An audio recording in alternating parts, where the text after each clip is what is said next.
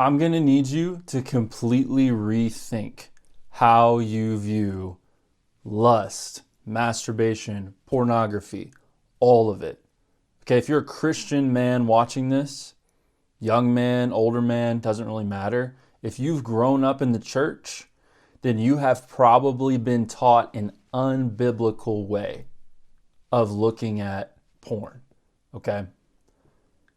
They are doing this with the best of intentions, the very best of intentions. But the way that we are taught to deal with porn is wrong. It's just wrong. And it's counterproductive to a man living his most impactful, on mission, on purpose life. Okay?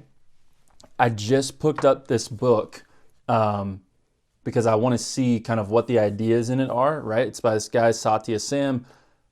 Seems like a decent book, actually. It's helped a lot of men. He's helped a lot of men with porn addiction, apparently. And quite frankly, he's got some ideas in here that I use and that, I think I have a better way of saying them. I like my way of explaining these things better, but it's got some good stuff in here. But even this book, on the back of the book, you see this word overcome, right? Satya Sam is an addiction recovery coach, blah, blah, blah, a research-backed system for overcoming porn addiction. Guys, that wording is so important. You have to understand how important the words we use are, okay? A lot of guys view pornography as this big giant, this big enemy that they have to overcome, like Satya Sam said. They have to overcome this giant. It's this battle. There was another book that a lot of you have probably heard of. I don't even remember when this thing was written. It was written a while back. I'm going to see if I can look it up here. 2004. Every Young Man's Battle is what this book was called. It's a Christian book about every young man's battle with pornography and lust, right? So it's talking about this battle that apparently every young man has to fight, right? Guys, I guarantee you, Satan is laughing the whole time. Satan has pulled the biggest psyop on you that you can imagine with this. He is so happy. Satan is so happy whenever you sit there and try to fight and battle and overcome lust and pornography. Satan loves it when you do that because it's useless. It's futile, right? When you are fighting lust, that ends one way. You lose. Here's why. Lust doesn't get tired. Lust doesn't get bored. Lust doesn't get distracted. Lust doesn't let its guard down. Lust is always awake, always alert, always wanting more. But you, my man, hey, the spirit is willing, but the flesh is weak sometimes, ain't it? You might sit there and fight against lust, and you might win sometimes. But over the long haul, in a battle of attrition, you will lose. Guys, so many people think lust is Goliath. Lust is this battle. One of my favorite childhood pastors named John Piper, he wrote a whole article like with an acronym on how to fight lust. How to fight, it's like Anthem or something like that. He had this acronym for all these different ways to fight lust. You got, Satya Sam talking about overcoming pornography. You got every young man's battle. And it appeals. It appeals to the young man's psyche, doesn't it? Because we all want to be engaged in a fight. I'm going to look up a post I did about this a while back. And I'm going to reference this post a lot. If you guys go to my Instagram, you'll find it if you scroll down a little bit. but it's called Stop Fighting Lust, okay? And spoiler alert, that's like the message of this video, of this talk. You'll have to change the way you're thinking about this. Because we look in the scripture, I got some weird hair here. We look in the scripture and we see all these commands to fight. And we're like, yes, as men, we sign up for that. We stand by that. We want to fight something, right?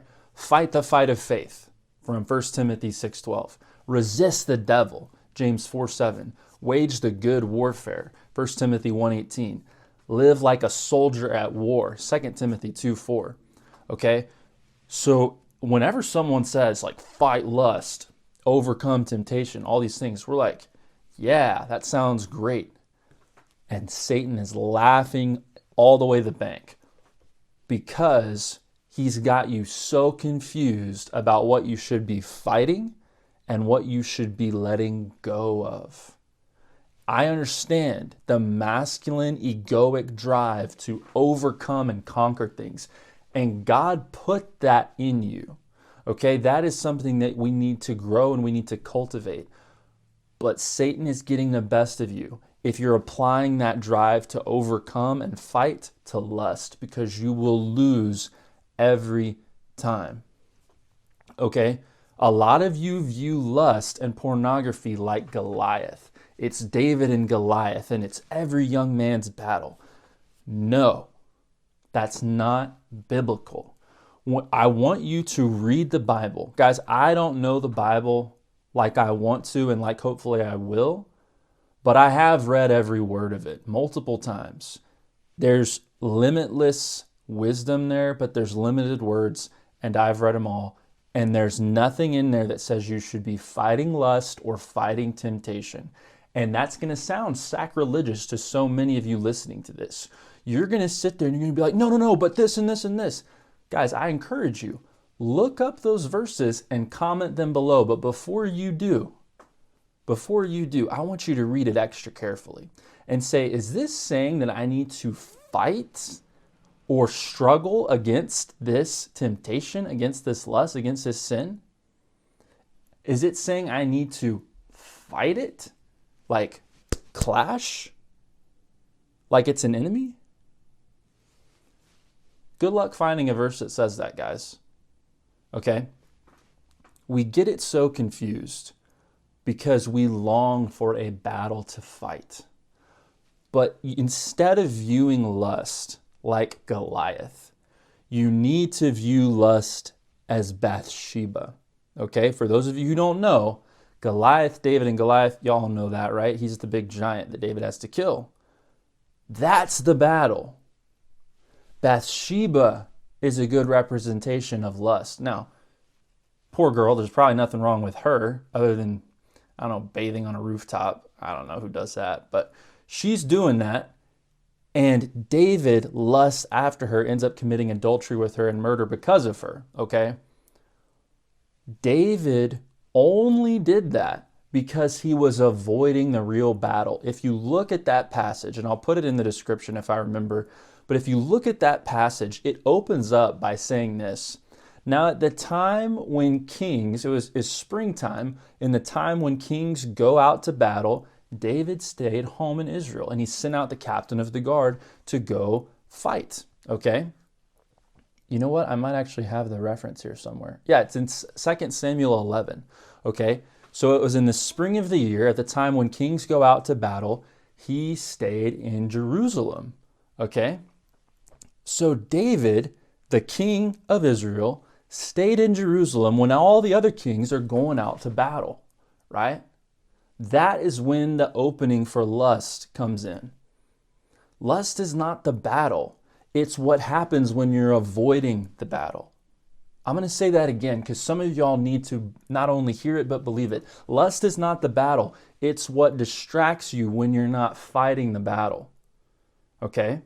So David abdicates his responsibility to go fight as a king for his people, right?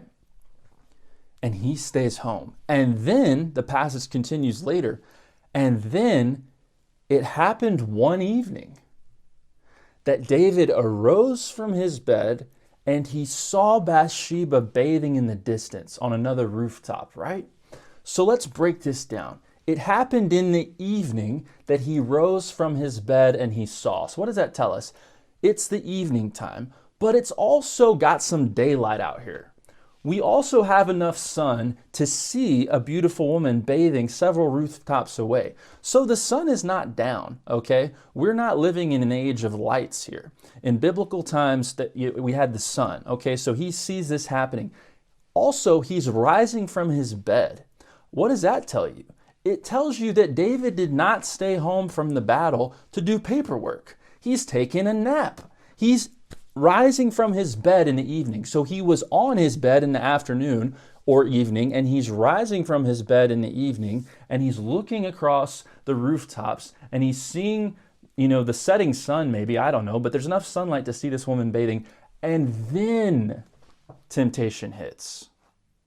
Then temptation strikes. Then he goes to make the move that's going to screw up a bunch of lives. But guys, he had to make so many mistakes to even get to that point where temptation was even going to be alluring to him, right? Y'all think that lust and porn is Goliath. No, it's Bathsheba. The reason that you keep succumbing to lust is you keep fighting it. Guys, lust, I got some water here, right? Think about lust as a poison. Lust is a poison. It's a toxicating poison that feels good, right? Like a bad drug, okay? So if I drink this poison, I'm going to feel good, but it's going to kill me slowly from the inside. And a lot of y'all are sitting here staring at this poison saying, oh, I got to fight it. You take a little sip and you're like, oh, got to fight it. And you keep staring at it and you're like, oh, this is my battle. This is my enemy. And you take a little sip, oh, I got to fight it. No. Do you see why Satan is laughing at you? It's because there's Goliaths out here for you to slay. But you're sitting there staring at the poison and you won't put it down. Guys, I get it. I've been there. I've looked at the dirty websites. I've been a porn user. Stuff is stimulating. It's not even fair, guys. 200 years ago, we might have had drawings and pictures. But now we have videos of this stuff, not just videos, professionally shot, scripted videos that can play on all of your little needs and desires and fetishes and insecurities. And not only is it all scripted and shot professionally, the models are they're on stuff, and a lot of it's very unrealistic. But it's to just hyper stimulate the crap out of your brain. Guys, you don't win against that stuff. You don't win, okay? It is highly concentrated, highly toxic poison. The only way to have freedom from it is not to overcome it. Guys, wording is important. You've got to stop thinking about this as a fight. You have to start thinking about it as something that you have to let go of, okay? It's a poison that you don't overcome, you don't beat it, you don't fight it, you put it down and you get back to the real fight. Sampson, another perfect example of this. He's supposed to be fighting the Philistines. I'll get you all the reference for this one. This is Judges 13 through 16. Okay, Sampson is one of the divinely appointed judges by God over the people of Israel, and they're at war with the Philistines. That's the battle. That's the enemy. But y'all know his downfall was not the might of the Philistines. It was not the Philistine armies.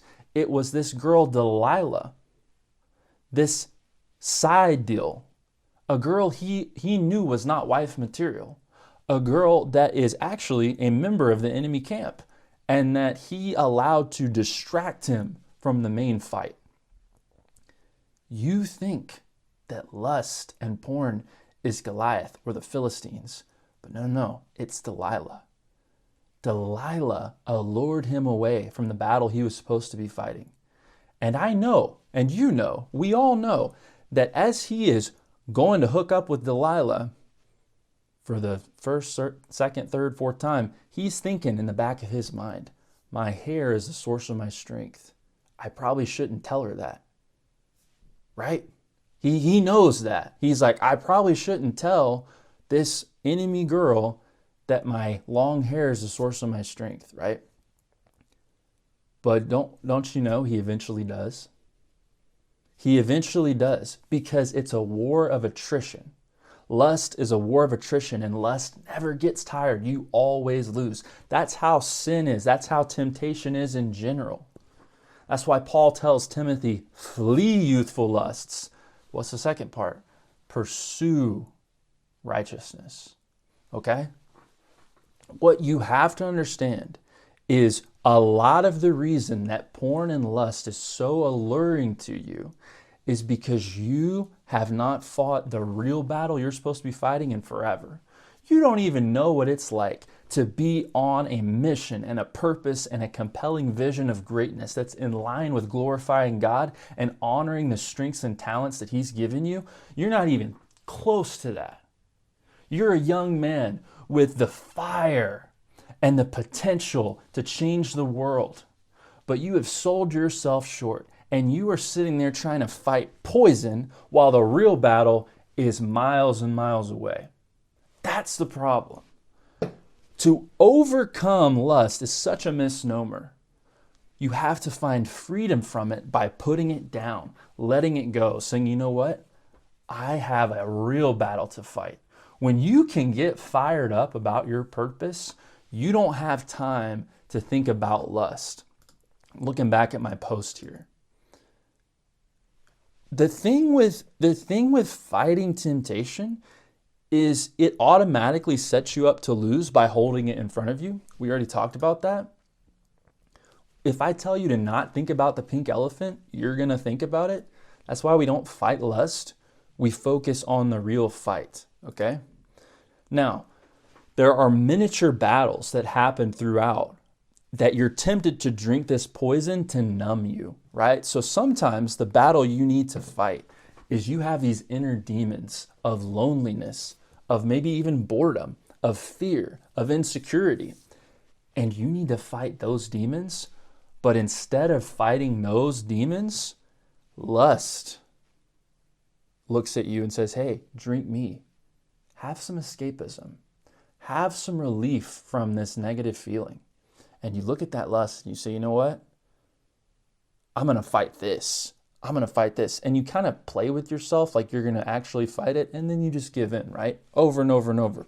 And then the battles that you need to fight, they haven't gone anywhere. The demons you need to overcome haven't gone anywhere because you're using this poison as an escape. Okay?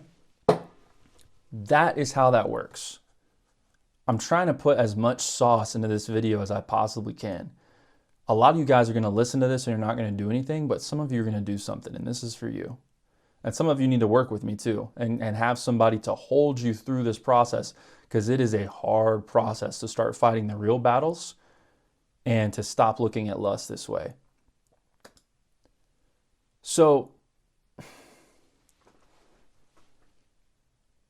I think if I could sum all this up with kind of a bottom line here at the end. If you are thinking about lust as your enemy, you have already lost. If you are thinking about lust as a distraction to the real battle you need to fight, now we're talking. Now we're talking.